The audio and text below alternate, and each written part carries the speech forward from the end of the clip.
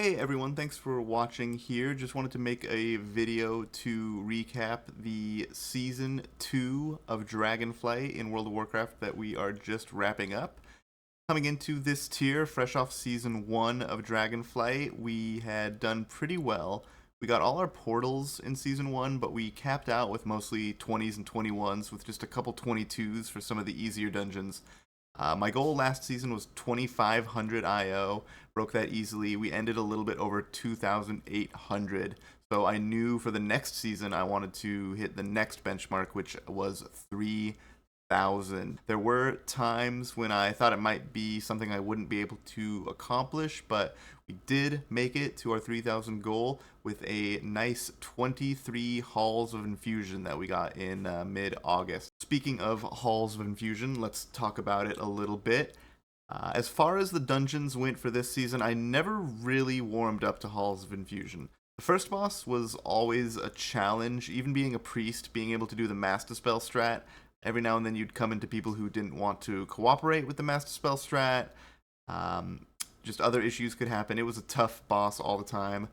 The third boss, Kajin the Unyielding, was fun in a way. I do like how it was one of the two kind of flex your heals per second bosses of the season, but the little ice cubes got a little frantic sometimes. I did really like the spreading circles mechanic on the boss. I don't know why, but I just always found that fun. I remember Vault of the Incarnates had a similar mechanic. The fourth boss of this place was kind of a low point. The submerge intermissions got annoying. Like doing one was fine. Anytime you had to get two, it was terrible. And the rare times where you get three higher tyrannical keys was just not the greatest. This was a dungeon that overall for tyrannical and fortified, I was kind of worried about running it. I never really enjoyed running this place. The next dungeon I want to talk about is Neltharis. This one started off as probably the hardest dungeon. Magma Tusk was an insane wall early in the season where groups would often just pull the first three groups of trash, come to Magma Tusk, wipe, and then the group falls apart. After he was nerfed, the Forge Master kind of occasionally seemed tough, but a lot of that was a personal error for me. The names of his spells, I always thought they were too similar. Forge Storm would always get mixed up in my mind with Might of the Forge. So sometimes I would see Forge Storm coming and I would pop my cooldowns, and then all Forge Storm does is the little swirlies, and then when the actual AoE came, I would have nothing left. So that was just a personal issue, but I think the names were a little too similar probably. Chargath, the chain boss, was a fun boss, but it was definitely a boss where it required everyone knowing exactly what to do. One person who wasn't on the same wavelength of what sort of pattern we were going to be using or the timing could really mess stuff up for the entire group. The last boss here in Neltharis I did like, as long as you got the right items. The wand was fun. The charge and the AoE Nova were rough for me as a priest. I would often, if I had to charge in, I would a lot of the time just straight up pain suppression myself because it felt so sketchy to make your way in there. And of course, you cannot talk about Neltharis without talking about the chain pulls. I feel like they were better in theory than in practice. It always felt too easy for the chain to get interrupted or messed up in some way.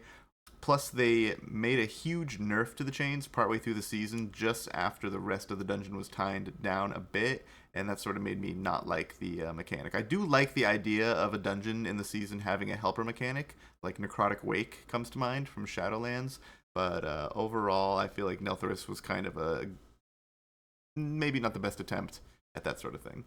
Brackenhide Hollow is a dungeon where I thought it was going to be one of the hardest dungeons in the pool for this season, and it really didn't pan out the way I thought it would. The first area of the dungeon is fun. It's nice to do big pulls. You can get a lot of enemies grouped up there, especially on the very, very first pull. Priest has a lot of capability here. That's great with Mind Soothe and Fade to be able to open cages if you want to skip certain packs. The first boss was really tough for me at the start of the season, the Warband. It finally helped me realize that it can be very important to actually have a plan for my healing cooldown rotations in some of the dungeon bosses. Going in there with no idea of how you're going to handle the gash frenzies can make it seem like a marathon of healing, but once you have sort of a plan established that you know works, it's pretty easy to repeat a method that will bring you success. The wide open area on the way to Treemouth is an area that I don't really like this style. For some reason, it's just the wide open areas that have just groups of mobs randomly scattered around patrolling are not my favorite, and this is kind of the definition of that of this season. Treemouth was a boss where prior to the season I thought he was going to be very difficult and require a ton of coordination to cycle the consume effect through the group, so the tank wouldn't get one shot by the stacks.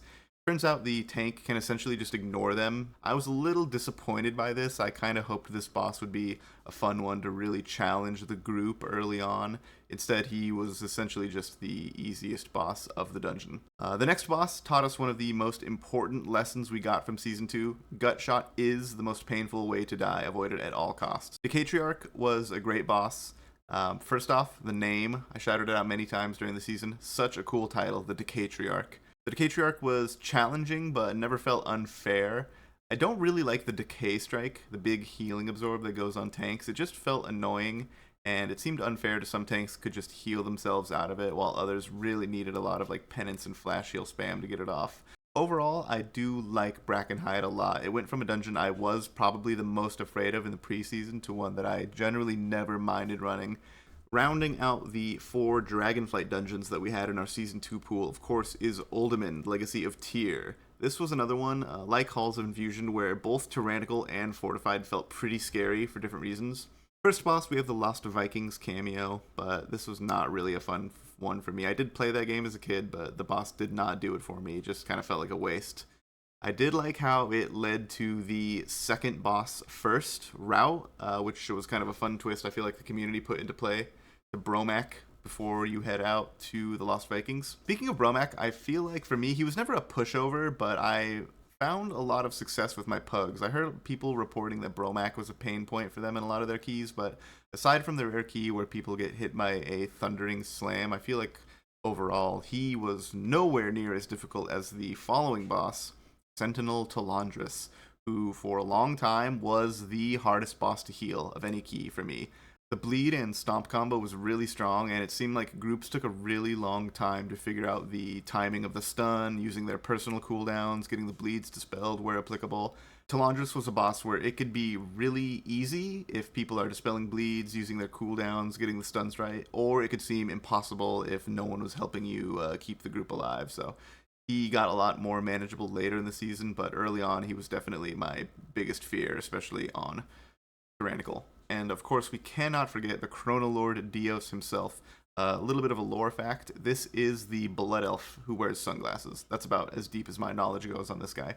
Usually, in my experience, if you made it through Emberon, if you made it through Talandris, there was not really that much of a shot that Chronolord was going to wipe you. I think this key was one where the difficulty of the run would swing the most between being easy and being really hard, depending on how helpful your group was with certain mechanics. Of course, in this season, we not only had Dragonflight dungeons, we also had dungeons from previous expansions. First off, let's talk about my personal favorite throwback dungeon, Vortex Pinnacle. I think people dislike Vortex Pinnacle, but this was a dungeon I always wanted in the Mythic Plus pool from Cataclysm, and it ended up being my most ran dungeon of the season. Once you make it through the tedious first pull, this place has a lot of nice moments. The Gust Soldiers are fun if you can use something to stop the second Gust debuff from going out, or you can Master Spell it off, of course. The Dragon mini-boss is kind of a fun challenge moment, baiting the breath in the right direction so everyone can stand in the circle. Alteris was probably one of my favorite bosses to heal from the dungeons. Much like Kajin in Halls of Infusion, it's a big heal as much as you can boss as you go up in key level, but a little bit less spiky in the damage, and you do get the nice haste buff. Long-time viewers of the channel probably recall how many Alteris videos I have put up throughout the season. Also just want to take a moment to recall my very first Vortex Pinnacle run this season, where in the Assad fight, the third boss, I asked, does my group need to be killing this ad, as everyone was just tunneling onto the boss. Spoiler alert, they were supposed to kill the ad. I think that's kind of a funny thing to look back on and see how clueless people can be, including myself, on the first day of keys. As far as loot from this place, supposedly there is a healing trinket called Rain Song that can drop, but I saw more mounts drop than the trinket, so I'm not sure on that one. Underrot is another favorite dungeon from the season. I love the theme and the vibe of the place, so a little bug infestation is something I can deal with. Rotten Bile was a tough one for me. The cone was a little tough to see, and I don't have like a ranged stun or stop like some other classes did to do anything about it if I was caught in a bad position with like a root or anything like that. The biggest barrier in the dungeon as far as timing it for me was often Cragmaw, where he's a boss where it will be completely fine until one worm gets missed, and then the odds of spiraling down to a wipe would just grow exponentially. So sometimes I was jealous of other classes who were like sprinting around, stomping worms while I'm trying to heal and feather myself 10 yards to the side, but that's part of being a priest. Every class has its own strength and weakness. The section of trash after Cragmaw was always one of my favorite parts of this dungeon. I loved mass dispelling the shield off the mobs here, just dotting everything, dispelling the debuff off of our allies. I feel like there was a lot of stuff that just was fun for healing. Spore Caller Zoncha was a boss where I always wondered why healers don't get the upheaval cast. I feel like we probably could have stood to do it without too much trouble. Usually I'm appreciative when the healer role can avoid certain mechanics, but this one always seemed one where it would have been kind of fun to do it and give the DPS a little bit more uptime on the boss. As far as the trash in the rest of the dungeon, I never really liked the Faceless Corruptors. Both of their abilities were just so unclear to me during a run. Whether I was far enough away from the tentacle to slam, which direction they were facing to shoot out their fear. I definitely had to use Will of the Forsaken to my advantage a few times for that, because I would just kind of misjudge which direction they were standing and get caught by it, so being an undead really came in handy there. The final boss of this place is a pretty cool one. Just want to mention there's healing to be done, the positioning is fun, and I feel like this boss did a really good job of kind of having steadily rising chaos throughout the fight. It always felt like you were on the edge of a wipe, or like something was about to go wrong right up until you got the kill, even if you were doing totally fine. So overall, I think Underrot was a great addition to the Mythic Plus pool, especially for someone like me who didn't play Battle for Azeroth at all. Speaking of BFA, we have Freehold, a returning fan favorite. The first area trash always kind of made me worried because there was about a 1% chance that someone would get teleported down below, or mobs would aggro and run up from the side, or something else weird would happen. I think I saw it 3 or 4 times throughout the season. The first boss was fun. It was always satisfying when you can bait the bird's vile bombardment away from the group. And as long as you can keep people from getting one shot in phase 1 of the boss, it was not too bad. The area by the Captain's Council was a constant failure for me because nothing can stop me from jumping, not even a stun on my character. So I'm glad we didn't ever wipe because of it, but there was definitely about probably 100 times when I jumped and stunned myself throughout the season.